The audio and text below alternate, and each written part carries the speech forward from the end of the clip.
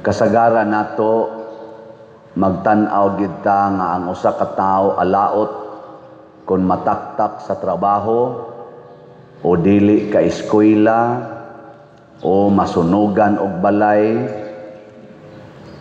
o kaha masakit og cancer stage 4. Murag tan-aw nato, murag dimalas kaayo ang tao ngayon ana, no? Or pariha karon si General Torre tulo ra ka buwan wa kabot og tulo ka buwan nga isip chief of PNP gi tak na, murag makaingon ta pagkaalaot. Or pariha ba ka ni President Duterte nga gipriso na ron tuwa sa dahig, pagkaalaot. Or pariha ba ka ni BP Sara nga gi-impeach sa Congress, pagkaalaot niya kay gi-absuelto man sa Supreme Court. Unsa man ito isulti? Pagka-swerte. Ana. Or pariha baka nato dinhi nga nagtuo na ang ato mga atop uban, ang atong kisami nga tangtang, pagkaalaot. Nya karon kay naa may mga repairs na nasenidon nito mga TV, unsa man sad? Pagka-swerte. Sige tagbaligyag slat, wa mahalin pagyud ang tanan, unsa ito isulti? Pagkaalaot. Nya kay naa may namalit, pagka-swerte. Mao na itong gitan-aw nga swerte, alaot, ana, basta naa kay kwarta, swerte, wa kay kwarta, alaot, healthy ka, swerte, masakiton ka, alaot, nindot kag naong, swerte, piyanga kag ilong. Ambot lang, swerte ba na? Buutan kag bana, swerte, mangulata imong bana, alaot, dimalas, top notcher sa board exam ang imong anak, swerte, hagbong sa board exam, malas, dimalas. So sa Ginoo day mga igsoon lahi ang iyang gisigihag balik-balik nga alaot kamo kana gidi ang tigpakaaron ingnon. Ang tigpakaaron ingnon. Iya gong gi-equate mura mo mga panteon or mga nitso. Tay mga nitso dito. Unsa may sod anang panteon o kanang nitso? Mga bukog o mga bag-ong patay, mga sorry ha sa mga maminaw. Mga nangalata nga mga unod nga di masingo. Hugaw kayo. Pero sa gawas, matod pa ni Jesus, pintal-pintalan, i-granite pa, i-marble pa, pagka nindo tatanahon na hapsay kay naong, pero gimong okbon, stila, to aday dili masingo, dili maatubang kay perti hugawa. Gilingay mong tupad. Nakumusta ron diha sulod nimo. Pangutan na ba? Nakumusta man ang sulod nimo? Sige, pangumustaha ba kanang naasod niya, nindot makay nagnaong, sinudlay ginang buhok, ana, uban pa ana, magpa-parlor pagyod, ana, pero kumusta mang naasulod nimo? Wa ka magpakaaron ingnon, dili ka tigpakaaron ingnon. Sayo-sahay mo diya, bantay lang yun mo. Oy, naidaghan, tigpakaaron ingnon. Sa ato rong katilingban, hisgutan nato atong gobyerno. Unsa may tan-aw niyo sa ato mga leaders, tigpakaaron ingnon o matinud-anon? Sa gobyerno lang o sa tabat, tigpakaaron ingnon o matinud-anon? Sige, gubot na mo diya, bahala mo diya. Sa atong simbahan, kaming mga leader sa simbahan karon gikan sa Santo Papa hangtod gyud sa mga organisasyon nga mga leaders. Unsa man, tigpakaron ingnon o matinud-anon?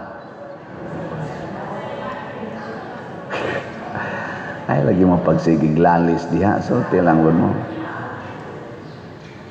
Mga igsoon, subo palandongon, daghan kayong tigpakaron ingnon sa atong katilingban, apil na dinhi sa simbahan. Hisgot lang tagamay ha, pagkumpanya ni President Marcos kadtong ilang unit team, ang usas gisaad 20 ang kilos bugas, wa gyud madayon, nagpakaaron ingnon. Kadtong diha siya suna nga niingon siya 5,500 ka flood control, pag 3 days after nagbaha og maayo, wa di ay flood control. Karon 40 ang dagkua sa kanini ang scam sa flood control, billions di ay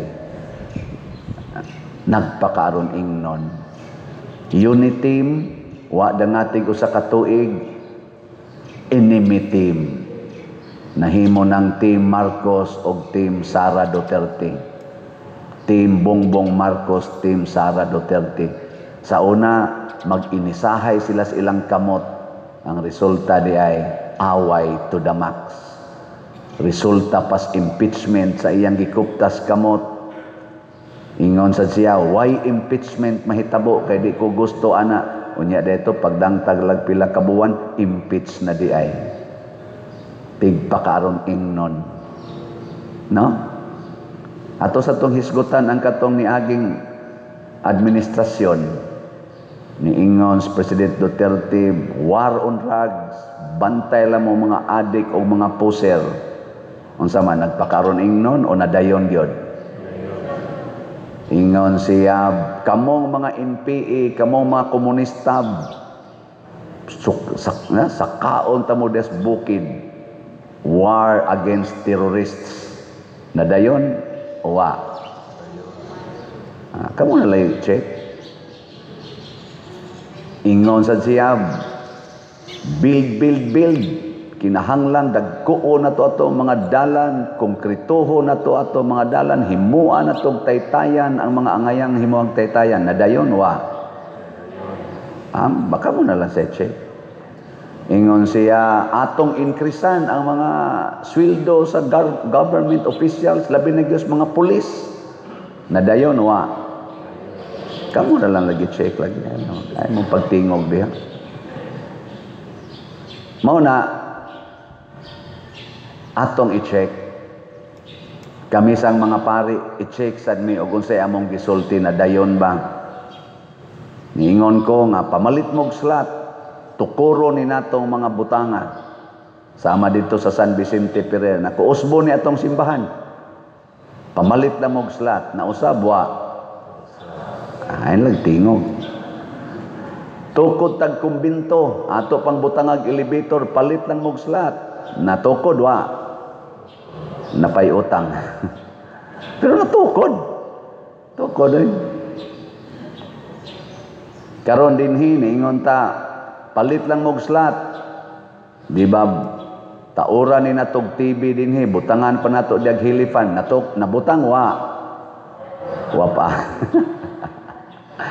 Oy, sugda na karon ana na-deliver na ang tulo ka hilifans. Nya itiwas tog deliver ang ikaupat karon. Pakpak. Nya mosugod na diha og himo pagbutang ato.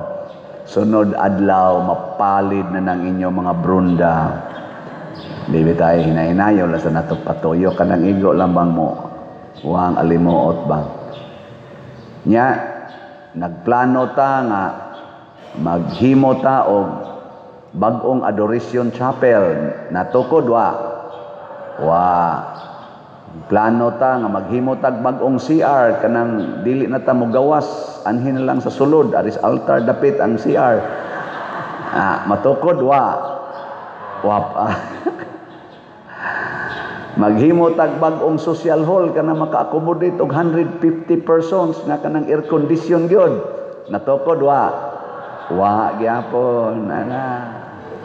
Ato ning ayuhon ato mga bangko ninduto ni nato. Natukod wa gyapon. Unsay rason? Kay wap amo mamalit og slot. Nagmeeting na mi sa atong mga consultant nga architects kagahapon more than 2 hours may nag-istorya og naa na ning akong gipanghisgutan, ila na ning i-plot nga ato na ning anamon og buhat depende sad sa atong pagpamalit og slot. Og atong iampo ang atong mga architects, di lang nako hinganlan, usa ni sila ka grupo na sila'y firm na murag mo ni ilang panginabuhi ang paghimog mga designs, architectural designs, pagfacilitate og mga projects, inana mo ni ilang negosyo. Pero dinhi sa atong parokya ilang gihatag as free. Og ni-promise sila tanan nato dinhing developments nga nagkinahanglan sa ilang pag-alagad o pag-supervise free of charge. So ato nang iampo, atong pakpakan nato mga architects. Salamat kayo. Di lang hinganlan nato pero kaila na mo ana nila. Niya ato sang iampo ang atong mga donors, no? Natay daghang mga plano dinhi, dagkong mga plano. Unsaon man aron madayon ang mga planong nindot nato, unsaon man aron dili ra kutob sa atong bakba. Tan-aw natong kinabuhi sa mga santos, kinabuhi ni Hesus sa mahal nga Birhen Maria, giunsa Manila nga ang ilang gisulti nahimong tinuod. Matod pa sa unang pagbasa ni San Pablo, nakita ninyo nga sa pagsangyaw namo sa maayong balita, naghago mig maayo, naghago mi adlaw o gabi, aron lang dili mi mahimong kahasol ninyo. Dili mi mahimong kahasol, naghago mi. Pasabot di ay kini di ay mohago ta, moalagad ta, nga dili ta magsigi og pangayog bayad sa atong gialagaran, mao ni ang unang timaan nga matinud-anon ta sa atong gisulti. Pero magsigi na lang tag pangayog kwarta ang atong hunahuna, unsaon aron ta makakwarta. Kanang mga leader sa simbahan man o sa gobyerno nga inighimog project ang hunahunaon dayon nga makakwarta ko ani, kana dili na matinud-anon.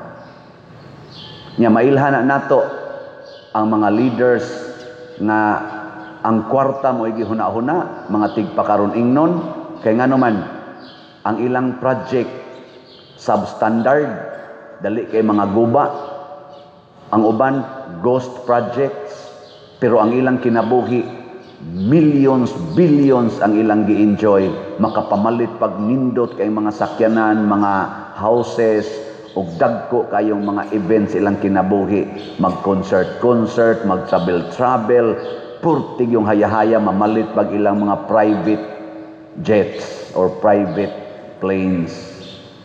Ana. Pero ang ilang giatiman, nangabuslot ang atop, nangato, o nangaguba ang mga karsada. Ana siya. Pero kaning mga taong matinud-anon na leaders, sama sa mga santos, sama nilang San Pedro, samang Hesus, sama nilang mahal nga Birhen, sama ni Santa Monica, San Agustin, Santiago Apostol o uban pa, mga matay na lang ni sila, pobre lang gyapon, wa lang gyapoy kwarta. Sila San Francis of Assisi, San Roque, San Isidro, mga matay na lang, pobre lang gyapon. Pero ang ilang gibilin, dagkong kapuslanan.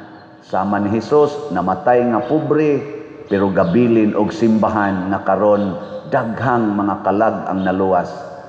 Santa Monica, namatay nga pobre, nagbilin og anak nga nahimong obispo og nahimo pagid natong usa sa mga great doctors and saints of the church. Di ba? Ilingay mo tupad. Ing nagmamatay ka ugma, unsa kay imong gibilin? Ina ba?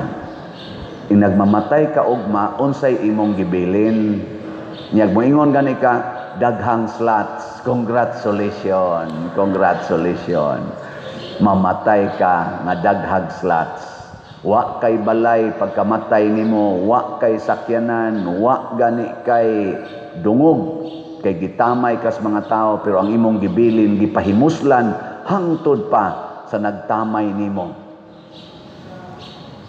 Naman tay mga leader sa atong katilingban nga gitamay, gisaway hangtod karon, pero ang ilang gibilin sa atong katilingban labi na dinhi sa atong nasod, gipahimusla nato kitang tanan hangtod karon. Usahay mawa tay uwaw, sige tagtamay sa tao nga atong gitamay, nya sige tagpahimos sa iyang gihatag ug sa iyang gipasiugdahan na proyekto nga napahimuslan sa kadaghanan. Lingi-lingi ay mong palibot basig naa kay gisaway diha. Unya gasigid ay kagpahimo sa iyang gibuhat.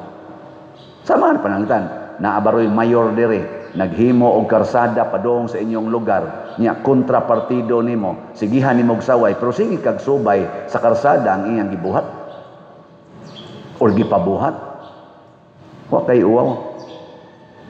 Sige kag saway sa former president, nya sige kag anggi anang karsada nga na igo siyang build og kanang mga taytayan nga iyang gipanghimo nga mga nindot kayo. Sige kag saway pero sige kag subay. Sama na. Uy. Okay lang. Nasa sigig saway na to, ako sigihan kog saway. Tamayon pa ko, hastas akong humili, pakauwawan pa akong humili. Pero sigig pahimos sa resulta sa atong humili. Kani di ang mga sigpalit og slot tungod man na kigasigi kog wali, kay wa pa ko magsigwali, adi sad mo mamalit og slot, no? Dili ay. Pero naagi magsigig saway, naong ning paria, pataka lang sulti. Sige lang, pataka lang sa kog sulti, pero nagpahimos-mos mga slots na atong nadawat. Di ba? Congratulations sa namalit og slot. Alaot kamong gasigig saway, nya sigig pahimos. Muna magsigi ka og yaw-yaw, pero nagsigi kag pahimos. Alaot ka. Di ba? Sige. Katapos ang lingi sa imong tupad. Ang di mo lingi, tigpakaron ingnon. Okay, tapos ang lingi, babe. Tapos ang lingi. Ingna, sugod karon. Din adjud ko manaway. Ay nagyog panaway. Nyag sawayon ka, hilak lang sama ni Santa Monica. Hilak lang. Insultohon sa iyang bana, kay perti man ko mga bit man gitong iyang bana, kanarabang bana nga mga bit, isog sa kay nastanan. Usa lang, abay sa kanang asawang mga bit, isog sa kay na motong asawa ni Banang Monica. Kinto gi si ato kay gamay sipyat, singhag, kulata pa kay nangabit man, adulterer man. Pero Monica, hilak lang. Na-convert yun tanan. Muna, di ta manaway, magsigi tag-alagad. Di ta magngandoy na bayran, di ta mangandoy nga daygon, pero magsigi tag-daig, magsigi tag-hatag, o kaayuhan sa tanan. Og mao ni mga igsuon ang makapawagtang sa kaalaot, dili ta mahimong alaot, ang katilingban sad natong giatiman, dili sad mahimong alaot, mahimong malampuson og mabungahon ang atong mga kalihukan. Hinaut unta, maunay mahitabo sa atong pagkuyog-kuyog dinhi sa parokya ni Santiago Apostol dinhi sa Compostela. Hinumdumi lang ninyo kanunay ang akong gi-introduce nga principles kadtong Trust Cebu. Nya i-check nato ang atong kaugalingon kung naa pa ba ta niining maong gabayan. Unsa toy meaning sa trust?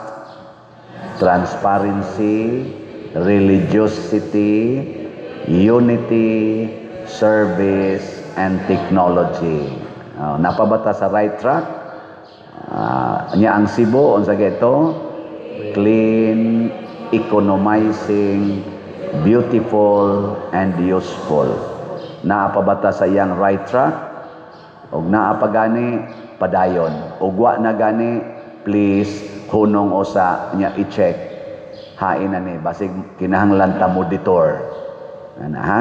Magtinabangay ta ni ana.